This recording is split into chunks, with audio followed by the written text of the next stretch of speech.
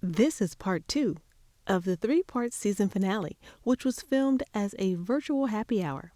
If you missed part 1, please go back and take a listen. You can watch the full video on YouTube or Facebook by searching for me, Keisha Whitaker.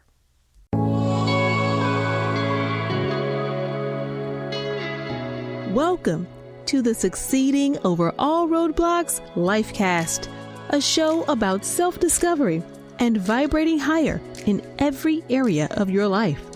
Each week, I'll have conversations with some of my favorite people who are soaring over life's challenges. They'll share their struggles, but more importantly, the lessons they've learned along the way. I'm your host, Keisha Whitaker, entrepreneur and transformational speaker. Let's get ready to soar.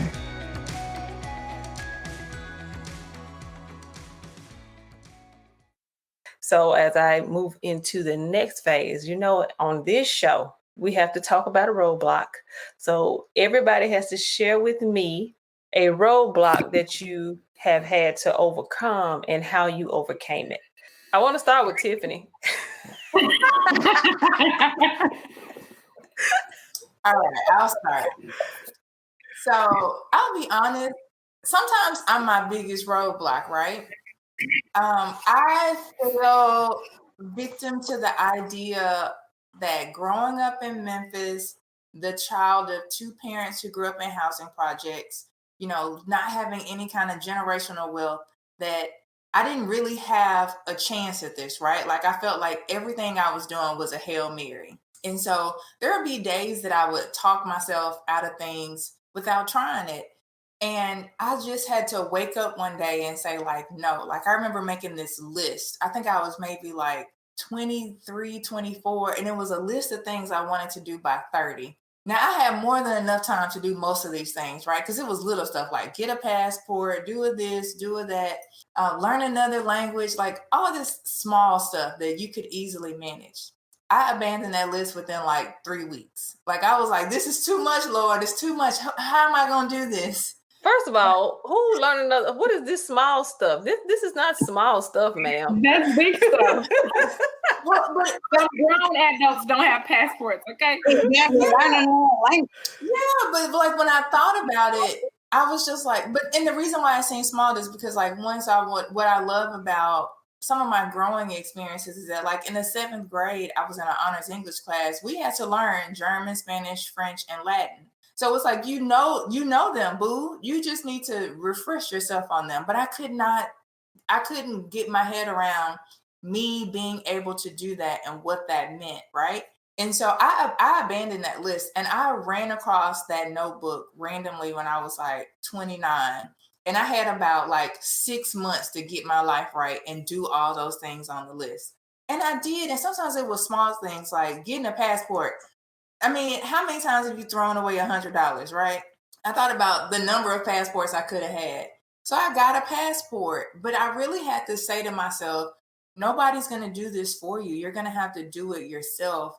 And just because it's hard or just because you don't necessarily know how today doesn't mean you can't figure it out. And so really the roadblock is sometimes tapping myself on the shoulder. Could you get out of the way, ma'am, so we can do this? And it happens all the time. Even if there's a task that seems like it's just overwhelming, I'm we just got to buckle down. We'll give it an hour. If we can't do it in an hour, figure out realistically how long it takes. But really, it's just that. And I find so many other people have that same feeling that the roadblock really is their thoughts, is what they believe is achievable. And again, what I've heard over and over again is that God is not done with you. If you're still here, you still got something to do, right? So I'm all right, I can't open my eyes. I guess I need to go after this list. And so often we just psych ourselves out when it's really just taking that one step or whatever that list is, saying, all right, today I'm going to mark something off that list, whatever that is. Mm-hmm. Okay. Joy, what about you? So I'm jumping on the bandwagon with Tiffany and saying that it's me. But mine was not knowing my worth and not feeling like I was good enough to get what I wanted, have what I wanted, or whatever. But if I stop and think, Joy, you've been the first to go to a 4-year university and graduate with a master's or a bachelor's and you get your master's. You've been the first to move away from your hometown. You've been the first to make as much money as you've made. And you've been like, you're the first. And just understanding, knowing, believing, and honoring who I am in all of it and soaking that up to say, this is me. And you get all of me because a lot of times we don't sit in that and acknowledge who we are and just say, you know what, I've done a lot and this is who I am. Let me pat myself on the back and get over these hurdles that I keep putting in my own way because I don't feel like I'm good enough. Tanisha, what about you?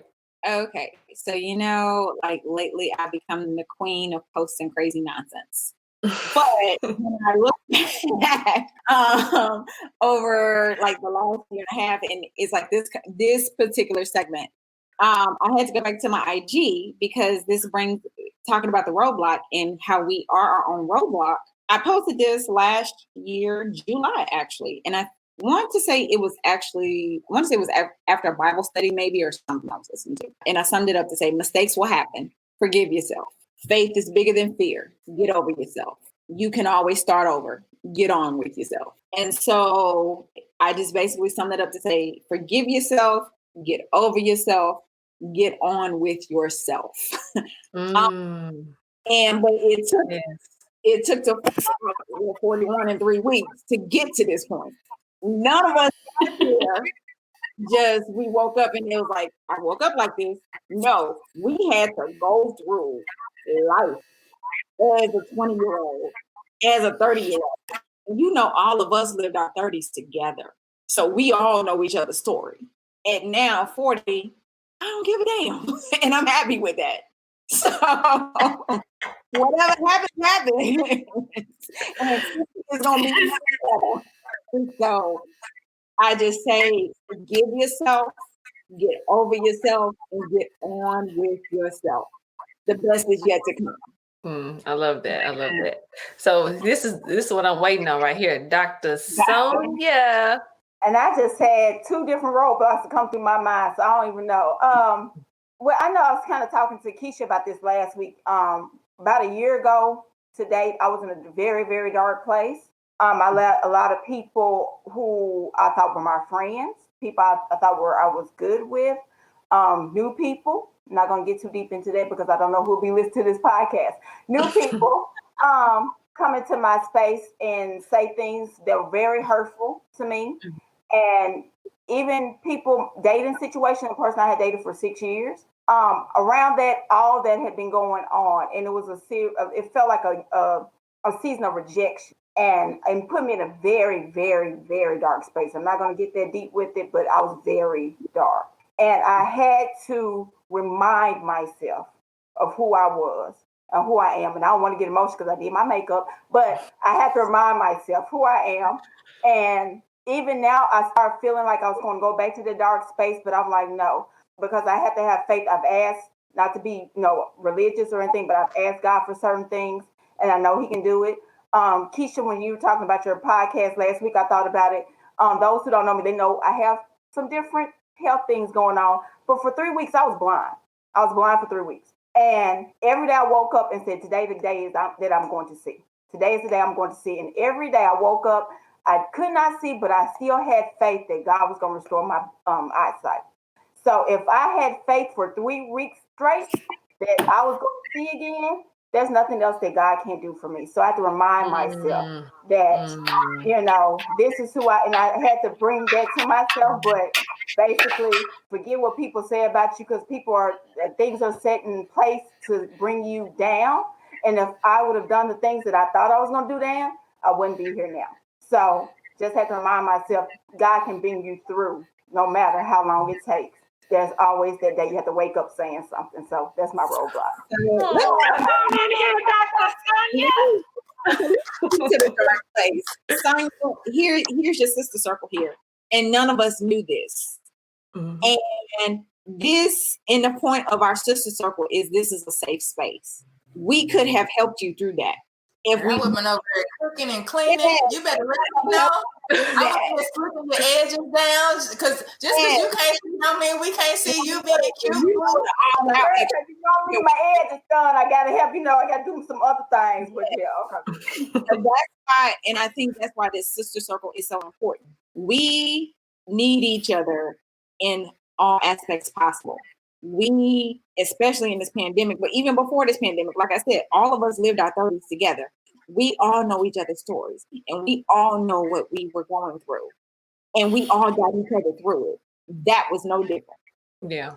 So, but Tanisha, and to Sonia, I mean, it really is a testament to your strength, but you don't have to be strong all the time. You don't have, that's the thing, that strong Black woman thing. We start, I know I went through depression. I've gone through anxiety. I've gone through that stuff, and I felt mentally weak because of it. But the reason we get to that point is because we've been strong for so long to where we can't bear that weight anymore.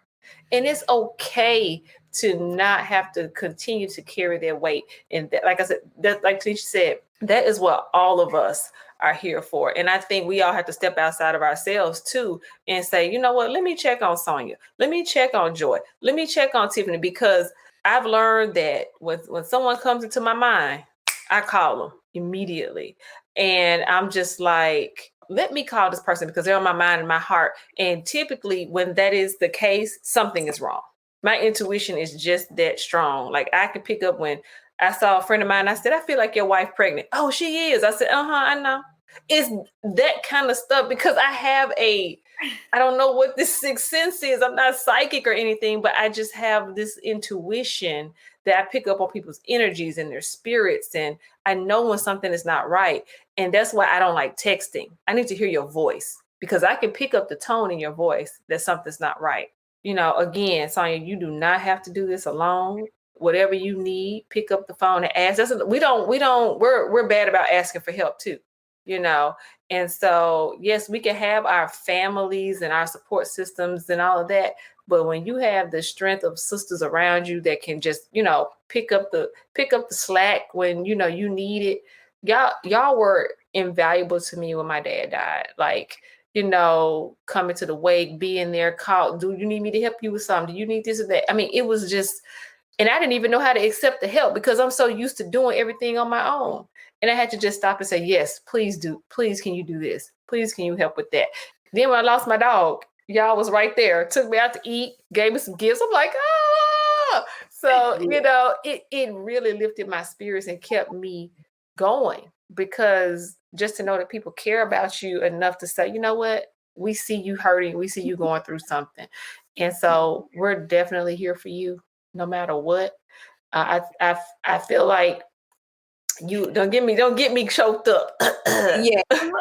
And just know that when we are, we could be out here dressed up, looking good and all that and cute and all that, and be going through the most mess. Yes, broke down. Okay. That's a wrap on part 2. Tune in next week for part 3 or watch the full episode on YouTube or Facebook. Thanks for listening to the Succeeding Over All Roadblocks Lifecast.